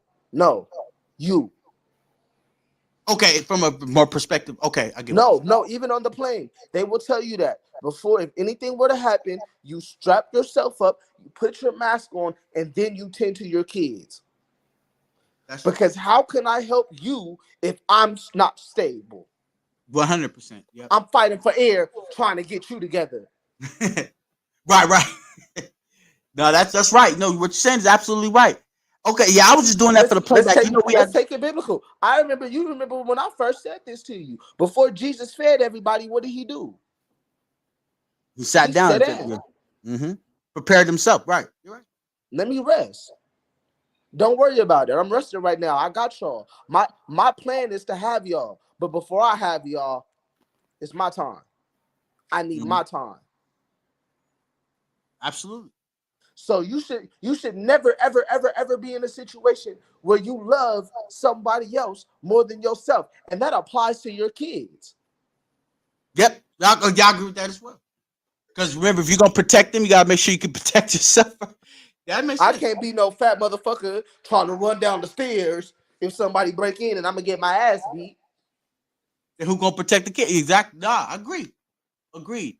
Yeah, because I was asking that mostly for the playback and the people that want to learn something from this, because I wanted it to be a learning experience. And what you're saying is breaking down perfectly. Because at the end of the day, we all got to love ourselves more, because that's how. Because remember, a man's job is to protect and provide. How can I protect or provide if I can't? You want to know something? You want to know something that I know is true? These young men of this generation, a lot of men in our generation didn't spend time looking at themselves in the mirror. True, very true. I still do it now. Niggas used to call me conceited in high school. I still do it now. Nigga, I'm gonna check myself out. I look good. Yeah, you're supposed to, because that means you're in touch with yourself. Like Cat Williams did a joke called, "We gotta be in tune with your star player." Star player means you gotta be in tune with yourself before you can run a team. You're absolutely right. The quarterback is always in tune with himself. Even Kobe Bryant. That's why they always used to tell him it was arrogant, but at the same time it made sense. Pass me the ball. Nigga, it wasn't read the place because he said something great. He says it's not arrogance, nigga. I put in the work to do this. I don't trust these niggas. And he's right. No, I agree with him. Yeah, I was about to quote him. Yeah. He said, I'm the first person in the gym and the last person out the gym. These niggas ain't putting in the work that I'm putting in, so why would I pass them the ball? Right. It's knowing yourself. Yeah, hey, I'm 100% with that. Nigga, you can't take nothing from me. You can't put a mark on my blemish because I know the work I put in for myself. Mm-hmm. And I tell you this all the time, bro. And this is a prime example of it. Either you gonna get right or you gonna get gone. No matter how you get gone, you're gonna leave. Even if it's a lesson towards me, you gotta go. Because the person that I am, the spirit, not even a person that I'm, the spirit that I am won't allow you to stay here. Right. I agree with that 100%. 100%. If it's me not doing it or God doing it, you're gonna go. And sometimes it's not even God doing it. Sometimes your spirit is so powerful, and the person that you're supposed to be is so powerful that your body, your spirit will kick in on its own and change the scene and do and do a whole 360 and shit start going in the opposite direction. Absolutely. No, I agree 100%, bro. And that's exactly why I had you come on the show today, because I knew you was going to say the right things for this particular subject. And not just that, but I will get back to the actual. Can you hear me? Yep. Okay, yeah. I'll get back to after the subject. So my question is now, what could you do if what would you suggest for a man that's coming up in Johnathan Majors situation? What would your suggestion? What would be your advice to any man in here that's dealing with that, to where I care about my girl, but at the same time I care about myself? What would be your, if you I had to already talk to told Johnathan you. Majors, what would you I say already to him? told you. You should care about yourself more. My girl has put me in, I'm not even gonna say what happened. My girl has put me in one situation, one very big situation that changed the dynamic of our relationship. And I held it for a long time, trying to figure out how I'm gonna tell it to her, because everybody knows that I'm an articulate person, but I'm also an asshole. I'm fucked up. Sometimes my mind ain't wired right. I'm good, but I'm street as hell. But No, I had to come at it, and sadly I blew up because I held it for so long. But the thing about it is, warning comes before destruction. Yep. You can't be foolishly in love, because that ain't love. Love isn't Right. foolish. Love And is the not Bible says that. blind. Love, see, I'm a see it all. That's why, bro. If the I didn't understand it until I became a parent. The way to love is parenting. Like the reason why they say God's love is the way to love is because God loves us like a parent loves us. So if I love my girlfriend like I love my child, I'm gonna be honest with you. I'm not gonna hide too much from you. Yeah, I'm gonna tell you what you need to know. But if I withhold something from you, it's not because I'm lying to you. It's because you don't need that right now. Right. You want to understand it. Right. But I'm gonna give you this. I'm gonna tell you that. But I'm also gonna chastise you and discipline you when you need it. Yep. And that requires discernment. Absolutely. Because one You want to scripture. know you want to know the coldest thing about learning parenthood through my mama? At one point in time, just how it goes back to the same way with God, how God loves us and what love is.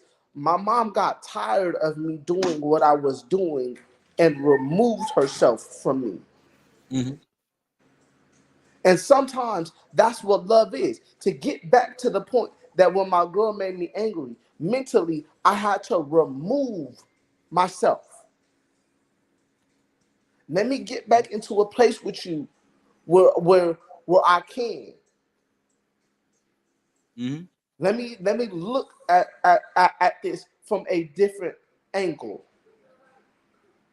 So before it gets to this aspect of what he's going through, you gotta know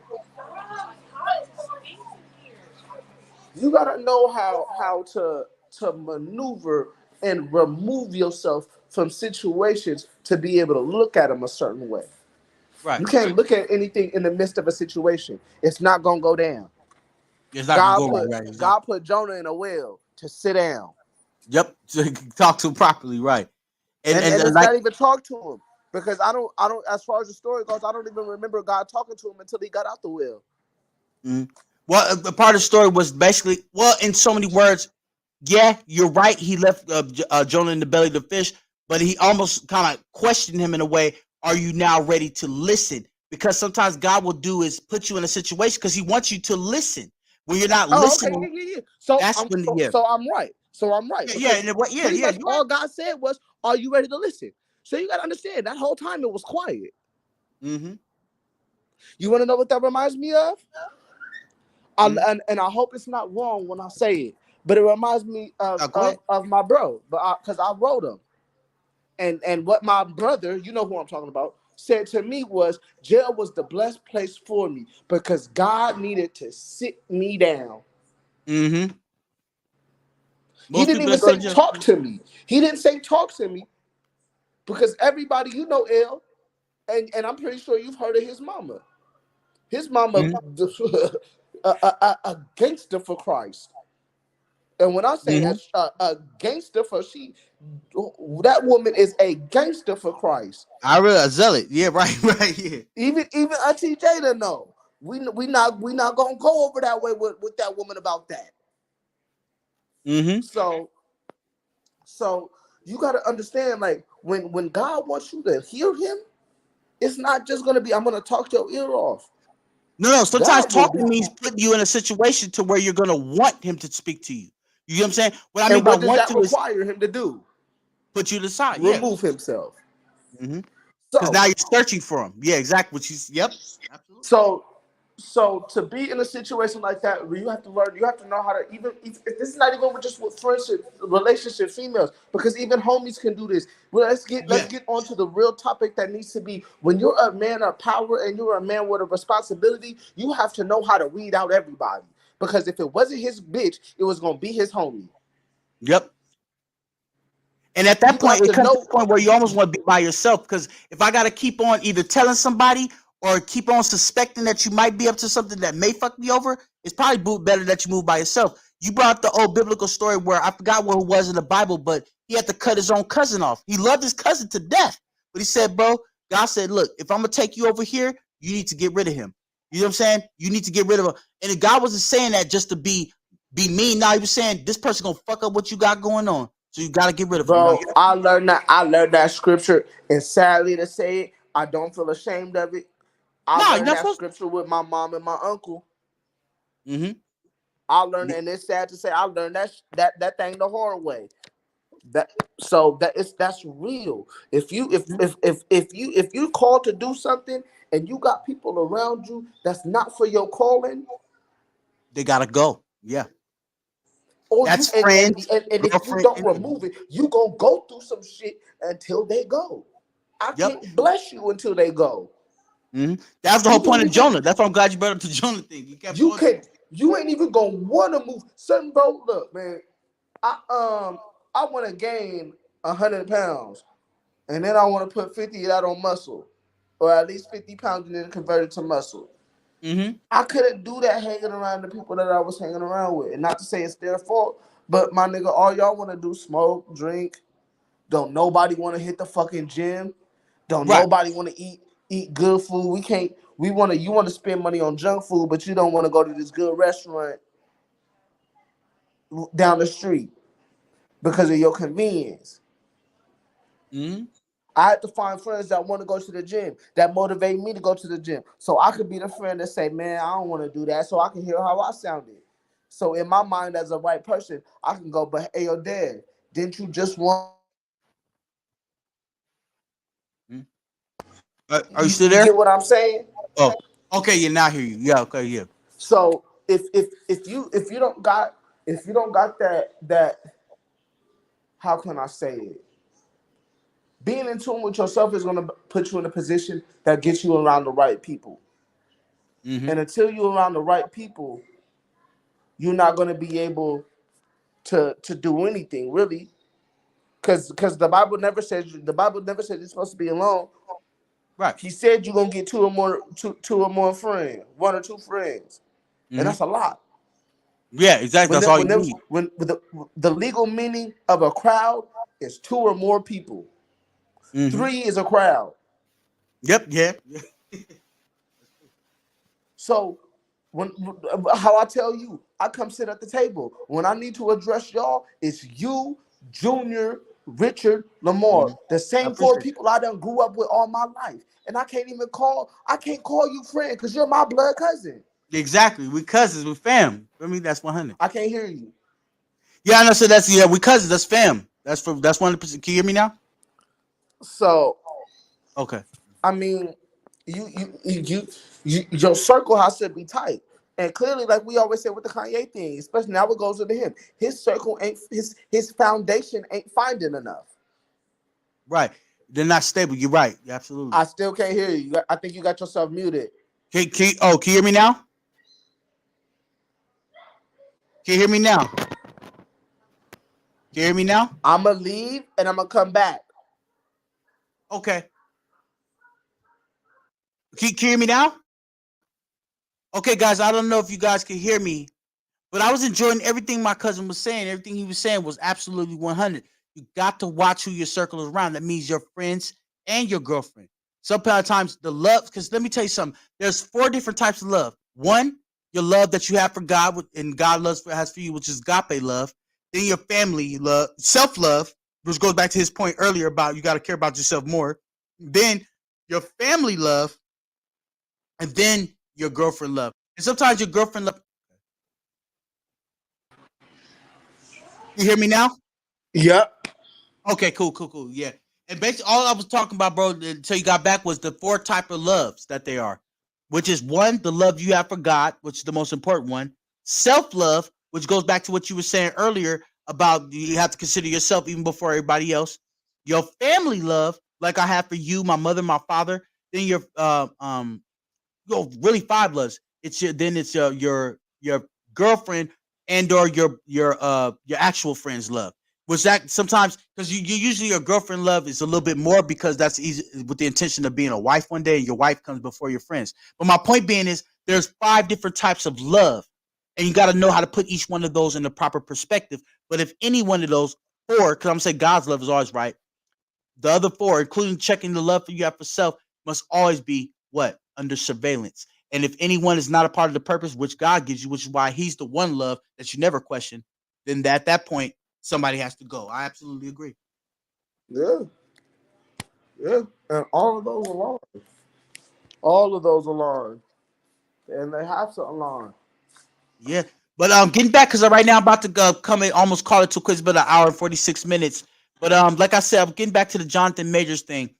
I guess any more questions I have on this one was yeah, so we basically hit every point of that. Basically, the injustice of the system. Oh, we didn't touch on the Tory Lanez, but that pretty much goes into the Tory Lanez thing. Cause I did a whole show on him about 6 months ago.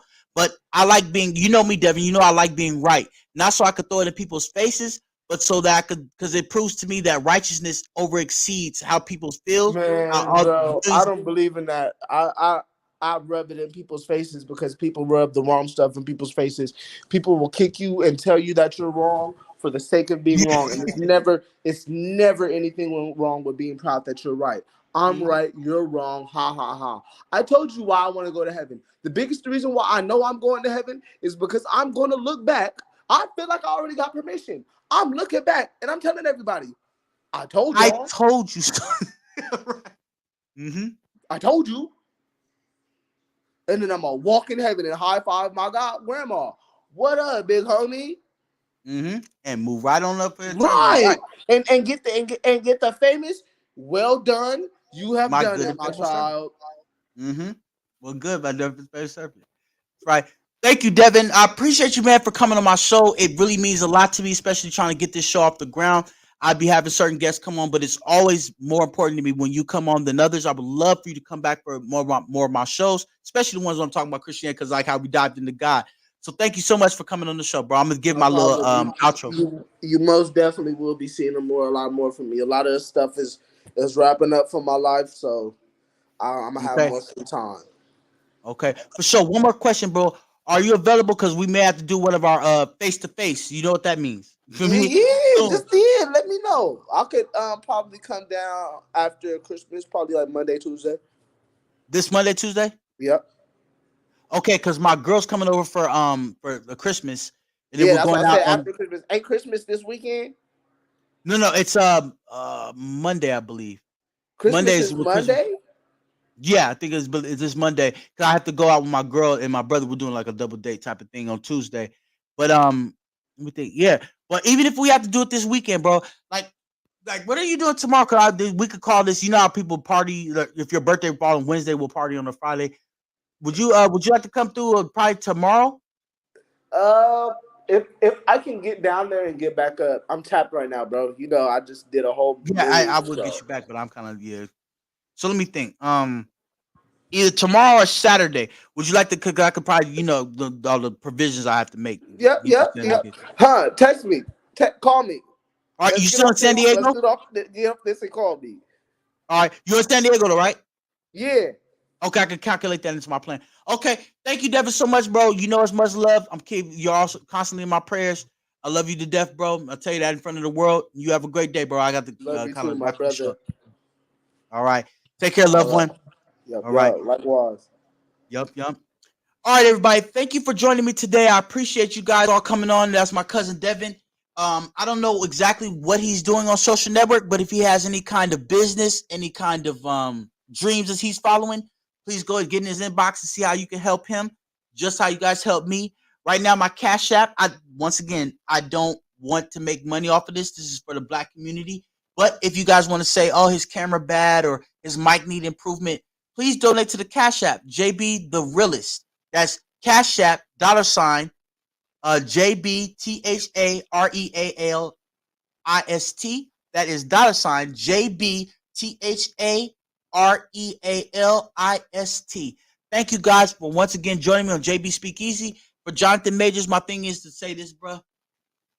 When you get past this, who knows if you're going to have a career or not. But I will say this, bro. Next time, be very careful who you keep in your circles. Not just your girlfriend, but your friends as well. And my cousin Devin came to remind us of that. And I'm grateful that he came on here. I said a quick prayer. Father God in heaven, I thank you once again for allowing me to have a successful show. Whether it's one person, two people, or no people at all, I'm thankful and grateful that you've given me the ability and the time to be able to do this. I pray blessings for anybody and everybody that's hearing this. And Father God, I pray you touch them in any ways in their lives that they need. I may not know it, but you do, Father God. And my confidence comes from the fact that you know everything and you know what we need. And I pray the Holy Spirit be upon everybody, including myself, who know you and those that don't know you, with the intention and with my prayer that, and with my, I could say expectation because I know how you work, God, that they will come to you. All this I pray, thankful, Father God, in my Lord and Savior Jesus, and I pray, in your Son Jesus, and I pray. Amen. Thank you guys for joining JB Speakeasy, the Black platform where Black men speak freely. I am your host, JB9 Deuce.